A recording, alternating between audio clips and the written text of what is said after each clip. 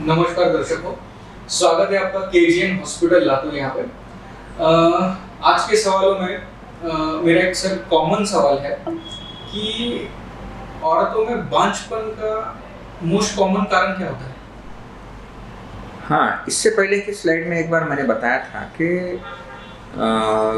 India में बांझपन हुआ था औरतों में ही है, ऐसा समझा जाता है। जी। ऐसा नहीं है, दोनों में भी हो सकता है। और औरतों में अगर देखा जाए तो सबसे कॉमन कॉज होता है वो फॉलोपियन ट्यूब्स का बंद होना। फॉलोपियन ट्यूब्स मैं आपको बताता हूँ कि ये ऐसी फॉलोपियन ट्यूब होती है। फॉलोपियन ट्यूब यहाँ से लेके यहाँ तक, इसको हम फॉलोपियन ट्यूब कहते हैं। ये बच्चेदानी होती है और ये नली होती है, ये अंडेदानी होती है। जैसा कि यहाँ पे अंडा तैयार होगा, अंडे का बीज निकलेगा, ये बीज से लेके इस नली से ये यहाँ तक आएगा। और जब नेचुरली जो रिप्रोडक्शन की प्रोसेस होती है तो उस वक्त यहाँ से कीटाणु निकलते हैं। हस्बैंड का जो स्पर्म है यहाँ से निकल के इधर आता है, इधर से अंडा आता है और ये दोनों का मिलके यहाँ पे फॉलोपियन ट्यूब में फर्टिलाइजेशन होता है और यहाँ पे बच्चा तैयार होता है। तैयार होने के बाद बच्चेदानी में बच्चा जाके रुक जाता है। तो मोस्ट कॉमन औरतों में जो है कि इस फॉलोपियन ट्यूब का ये रास्ता बंद होना, इसे ट्यूबल फैक्टर बोलते हैं। और ये tubal factor near about 40% cases में, जैसे कि फॉर एग्जांपल 100 औरतें आ गए तो 40 औरतों में ये नली के किसी प्रॉब्लम की वजह से बच्चा नहीं होता है। सर अभी ये जैसे आपने पूछा वो बताया कि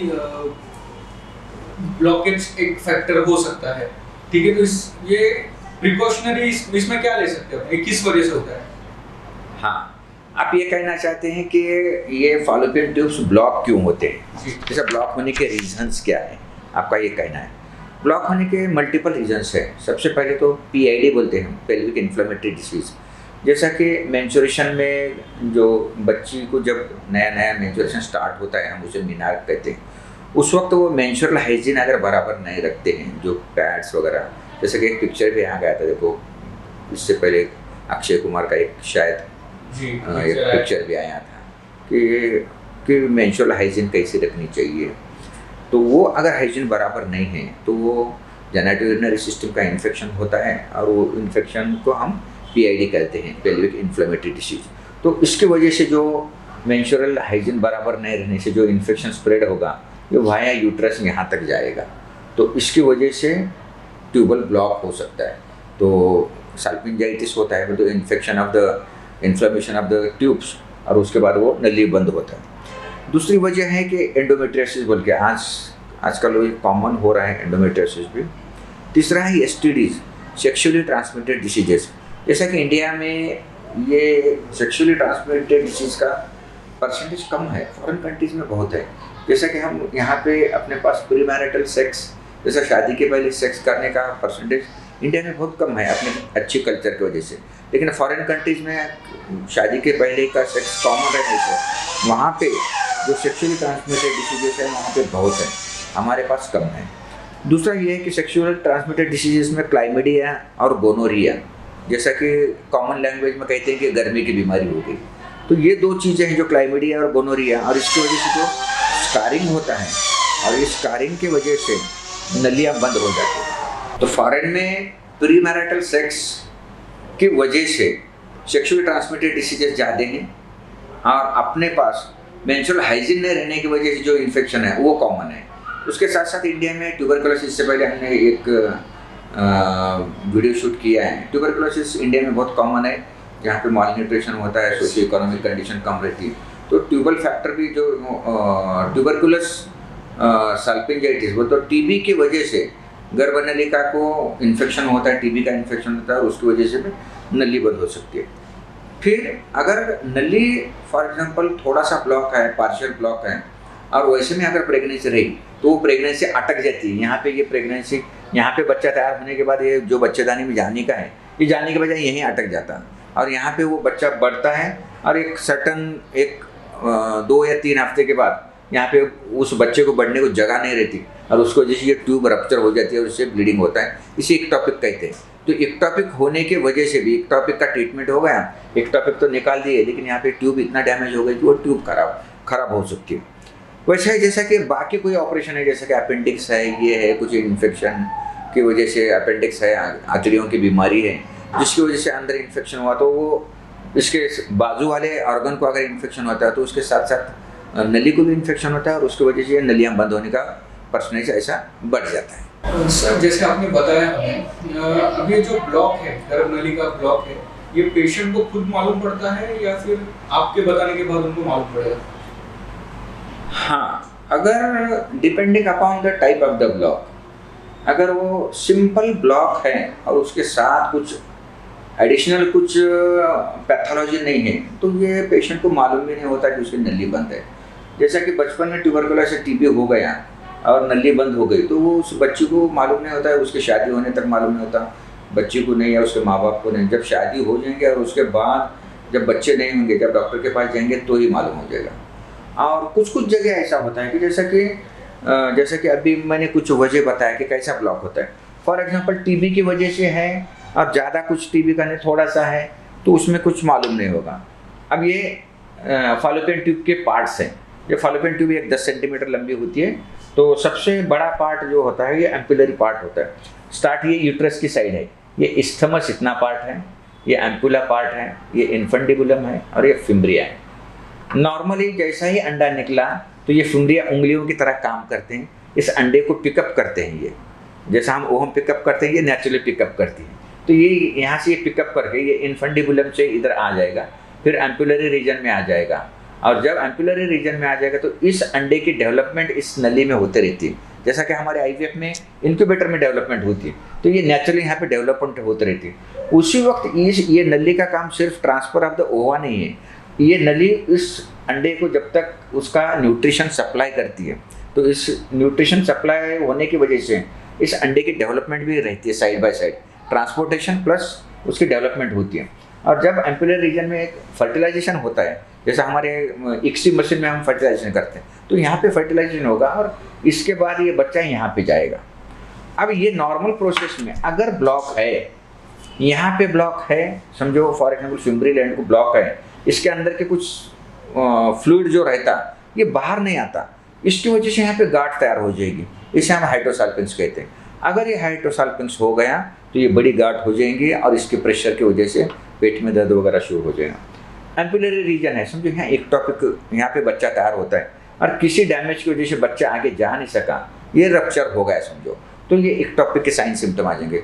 सीवियर पेन रहेगा, ब्लीडिंग हो जाएगी, पेशेंट को चक्कर आ जाएगी, पेशेंट बेहोश हो जाएगा और अगर ट्रीटमेंट नहीं कर तो पेशेंट मर भी सकता है एक टॉपिक में। अब वैसे ही इस्टमस जो है कि यहाँ के अगर पार्ट हैं तो यहाँ पे कॉर्नरी इक्टोपिक प्रेगनेंसी हो सकती है।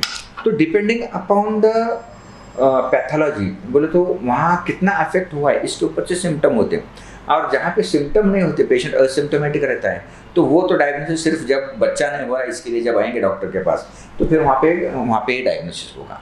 सर जैसे आपने अभी ये इन्फॉर्मेशन दिया, तो अभी आप ये किस तरह से डायग्नोसिस करते हैं?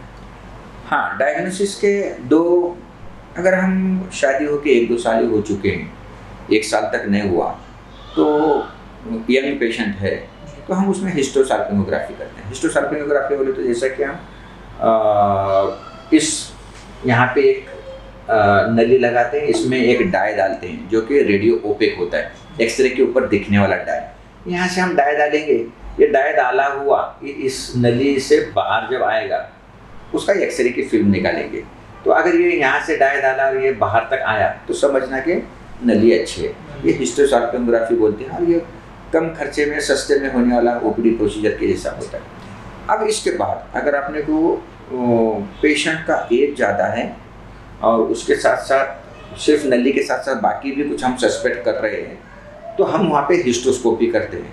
हिस्टोस्कोपी और लैप्रोस्कोपी, लैप्रोस्कोपी, एंडोस्कोपी, ये एक स्कोपी का ऑपरेशन होता है जिसमें हम लैप्रोस्कोप बोले तो पेट में एक छोटा सुराख करके उसमें दूरबीन डालते हैं, दूरबीन देखते हैं, और यहाँ जैसा रेडियो ओपेक डाई डाल दिए वैसा हम यहाँ पे एक ब्लू डाई होता है, वो ब्लू डाई नीचे से डालते हैं, और ये डाले वाला डाई इसमें से बाहर आता है क्या नहीं, डायरेक्ट हम आँख से देखते हैं। उसमें हम एक्सरे पे देख लेते हैं, यहाँ पे डायरेक्ट विजुअलाइजेशन करते हैं। तो ये लैप्रोस्कोपी के अंदर देखते हैं, और वो हिस्टोस्कोपी प्लस लैप्रोस्कोपी, तो दोनों भी एट ए टाइम हिस्टोस्कोपी लैप्रोस्कोपी कर सकते हैं, और नली चालू है या बंद है हम देख सकते हैं। हिस्टो लैप्रोस्कोपी का एक प्लस पॉइंट ये है कि इसके साथ साथ कुछ फाइब्रॉइड है, अंदर कुछ एडिशंस है, बाकी भी कुछ प्रॉब्लम है, यूट्राइन कुछ फैक्टर्स है, तो वो भी मालूम हो जाएंगे अपने को। सर अभी आपने जिस तरह से बताया कि आप डायग्नोस करते हैं, डायग्नोस करने के बाद इफ समझो डिटेक्ट हुआ कि ब्लॉकेजेस है, तो आप उस पर ट्रीटमेंट कैसे करते हैं? हाँ, सबसे पहली बात तो ये है कि हम ये अंदाज़ लगाते हैं कि ये ब्लॉकेज कहाँ पे है और कितना है। अगर छोटा सा ब्लॉक है, जस्ट थोड़ा सा ब्लॉक है ऐसा लगता है, तो हम उसे कैनुलेशन कहते हैं, ट्यूबल कैनुलेशन। यहाँ पे हम यूट्रस से एक कैनुला डालते हैं, और जहाँ पे ब्लॉक है वहाँ तक वो कैनुला पास करने की कोशिश करते हैं। ये ब्लॉक को निगोशिएट करके इसके आगे आने की कोशिश करते हैं, और वो आने के बाद अगर वेदर वी आर सक्सीडेड और नॉट, फिर से हम यहाँ मिथिलीन ब्लू डाई डालते हैं, जो नीले कलर का डाई रहता है, वो डालेंगे, और उधर से यहाँ तक आ गया समझो बाहर, तो समझना कि ऑपरेशन सक्सेसफुल हो गया। तो ये एक शॉर्ट प्रोसीजर हो गई। तो हिस्टोस्कोपी से और लैप्रोस्कोपी, हिस्टोस्कोपी और लैप्रोस्कोपी करते वक्त हम कैनुलेशन कर सकते हैं। उसके साथ साथ अब अगर ये ब्लॉक बड़ा है, या फिर रिपेयर करने जैसा नहीं है, या फिर इसकी वजह से यहाँ पे बड़ा हाइड्रोसल्फिंग्स वगैरह फ्लूइड कलेक्शन हुआ है और बड़ी गांठ तैयार हो चुकी है, तो ये हम रिपेयर कर नहीं सकते। तो ऐसे वक्त हम ये ट्यूब निकाल देते हैं। अगर ज़्यादा ब्लॉक है तो वो ट्यूब निकाल ही देते हैं, दूसरी जो नॉर्मल ट्यूब है उससे बच्चा करने की कोशिश करते हैं। अगर उससे नहीं हुआ या फिर दोनों ट्यूब खराब है, तो दोनों ट्यूब निकालने पड़ेंगे, और दोनों ट्यूब निकाल के फिर उसके बाद हम IVF से ट्रीटमेंट कर सकते हैं। अब उसके साथ साथ ये आ गया है कि हम फिम्ब्रियोप्लास्टी भी कर सकते हैं बीच में। फॉर एग्जांपल ये सब अच्छा है और सिर्फ लास्ट के फिम्ब्रिया खराब है, तो इस फिम्ब्रिया को अगर ये अक्लूड हो चुके हैं, सब चिपक गए हैं एक दूसरे को, तो हम इसे सेपरेट कर सकते हैं। इसे हम फिम्ब्रियोप्लास्टी कहते हैं। It is a plastic surgery of the fimbrial end of the fallopian tube. तो ये करके हम नेचुरल करने की कोशिश करते हैं। लेकिन रोहित, हमारा अभी तक का एक्सपीरियंस है, जब कभी भी हम ट्यूब रिपेयर करते हैं, तो पहले जैसी नॉर्मल जैसी ट्यूब नहीं होती, उसमें कुछ तो भी थोड़ा सा डिफेक्ट रहता है, तो उसमें कुछ नैरोइंग रहती है, और इस नैरोइंग की वजह से वो फिर से वहाँ पे जब भी बच्चा तैयार हो जाएगा, कुदरती बच्चा तैयार हो जाएगा, उस नैरोइंग में बच्चा अटक जाएगा, और अटकने की वजह से फिर से इक्टोपिक प्रेगनेंसी होने के चांसेस है। जैसा कि इक्टोपिक की वजह से ये हो गया था, नली ब्लॉक हो गई थी, या इक्टोपिक रिपेयर करने से, तो फिर से इक्टोपिक के चांसेस करने के बजाय हम मोस्टली जिसको इक्टोपिक हुआ है या ट्यूब बहुत डैमेज है, तो हम उसमें IVF का ही सलाह देते हैं। और IVF is the safe procedure as compared to the tubal cannulation और जो सल्फिंजेक्टोमी या फिर फिम्ब्रियोप्लास्टी, क्योंकि इसके कॉम्प्लिकेशन फिर से कॉम्प्लिकेशन होने के चांसेस हैं। जैसा कि पेशेंट चाहता है कि अब ये नली रिपेयर हो, बच्चा हो, ये होने के बजाय ये नली रिपेयर हो गई या पार्शियली हो गई या थोड़ी हो गई, फिर से फैल गई, फिर से और बच्चा भी नहीं हुआ, पहले का ऑपरेशन फेल हो गया, तो ये साइकोलॉजिकल पेशेंट को बहुत हार्ड होता है। तो इसलिए हम बेटर वे करते कि अगर ट्यूब ठीक है, रिपेयरेबल है, तो हम रिपेयर करेंगे। अगर रिपेयरेबल नहीं है, तो हम वो ट्यूब की तरफ ज़्यादा ख्याल नहीं देंगे। बहुत डैमेज है तो ट्यूब निकाल देंगे, सिंपल डैमेज है, थोड़ा सा ब्लॉक है, तो हम उसे कुछ डिस्टर्ब नहीं करेंगे। फाइनली हम IVF करेंगे, और IVF करके जल्दी से जल्द बच्चा करने की कोशिश करेंगे। सर अभी जैसे आपने हमें बताया, आजकल जैसे कि कॉमन है, लोग फैमिली प्लानिंग करते हैं, और फैमिली प्लानिंग में जो है कि वो जो गर्भ नलिका है वो खुद होके बंद करते हैं। इफ सपोज आगे इन फ्यूचर में समझो एक्सीडेंट हो गया, या उनके जो बच्चे हैं उनको कुछ डैमेज हो गया, कोई बच्चा एक्सपायर हो गया, और उनको फिर से अगर बच्चा करना है, तो क्या वो कर सकते हैं? कर सकते हैं, दो तरीके से कर सकते हैं। सिंपल तरीका तो ये है कि अगर उस ऑपरेशन होके 2 या 3 साल हो चुके हैं, और बेसिकली ऑपरेशन में क्या करते हैं, ऑपरेशन करते हैं वो तो फैमिली प्लानिंग का ऑपरेशन में तो इस नली को हम बांध देते हैं। जैसा कि अभी बीमारी की वजह से नली बंद हो गई थी, हम यहाँ खुद डॉक्टर बांध देते हैं ऑपरेशन करके। 2 टाइप से एब्डोमेन का ऑपरेशन करते हैं, या फिर लैप्रोस्कोप से करते हैं, ओपन सर्जरी या एंडोस्कोपिक सर्जरी से हम इस नली को बांध देते हैं। कभी बैंड से बांधते हैं, कभी धागे से बांधते हैं, कभी सुचरिंग मटेरियल से बांध देते हैं।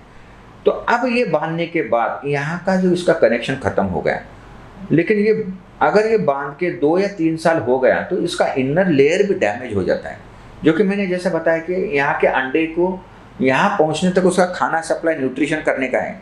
तो ये सिर्फ खोलना ज़रूरी नहीं है, उसके साथ साथ उस अंडे को, उस बच्चे को न्यूट्रिशन भी मिलना ज़रूरी है। अगर ये 2-3 साल तक, अगर ऑपरेशन करके 2-3 साल हुए हैं तो ये नली सिर्फ ब्लॉक रहती है, अंदर का फंक्शन रिटेन हुए वाला रहता है, नॉर्मल रहता है, प्रिजर्व हुए वाला रहता है। अगर ये 8-10 साल हो चुके हैं तो ये अंदर का फंक्शन भी, जो सिलियरी मूवमेंट्स जो रहते हैं, जैसा प्रॉपलिंग मूवमेंट और न्यूट्रिशन का काम है, ये नली करना छोड़ देती है।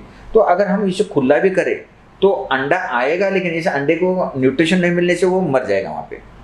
तो अगर ये 2-3 साल के अंदर होता है तो हम इसे रिकैनालाइजेशन बोलते हैं। तो ये रिकैनालाइजेशन हम ओपन मेथड से भी कर सकते हैं और लेप्रोस्कोपी के मेथड से भी कर सकते हैं। ये रिकैनालाइजेशन करते हैं, लेकिन रिकैनालाइजेशन करने के बाद अगर 6 महीने के अंदर बच्चा हुआ तो ठीक, अगर नहीं हुआ बच्चा तो ये फिर से बंद होने के चांसेस रहते हैं और उसके अंदर भी फिर से इक्टोपिक के चांसेस। तो इक्टोपिक और ये ऑलरेडी जो साइकोलॉजिकली डिस्टर्ब हुआ वाला पेशेंट है, तो वैसे वक्त हम डायरेक्ट IVF पे जाने को बोलते हैं। लेकिन पुराने ज़माने से लोगों को लगता है कि नली फिर से चालू कर दो बोलते हैं, तो it is recanalisation of the fallopian tube. लेकिन उसके रिजल्ट्स उतने अच्छे से नहीं हैं जितने IVF के रिजल्ट अच्छे हैं। तो बोलने का मतलब यह है कि अगर किसी वजह से, अगर उनके जो बच्चे हैं, 2 बच्चों के ऑपरेशन किए और बच्चे का डेथ हो गया समझो, तो हम फिर से रिकैनालाइजेशन से कर सकते हैं, IVF से कर सकते हैं, और मॉडर्न टेक्निक जैसा इसके पहले मैंने बताया, एम्ब्रियो फ्रीजिंग, अगर हमारे पास एम्ब्रियो फ्रीजिंग में उनके बच्चे हैं, IVF से ट्रीटमेंट किया है, तो हम वो 10-10 साल तक रख सकते हैं। 10 साल के बाद फिर से ये कोई भी चीज़ करने की जरूरत नहीं, डायरेक्ट एम्ब्रियो फ्रीजिंग के जो एम्ब्रियो लेके हम बच्चा डायरेक्ट तैयार कर सकते हैं।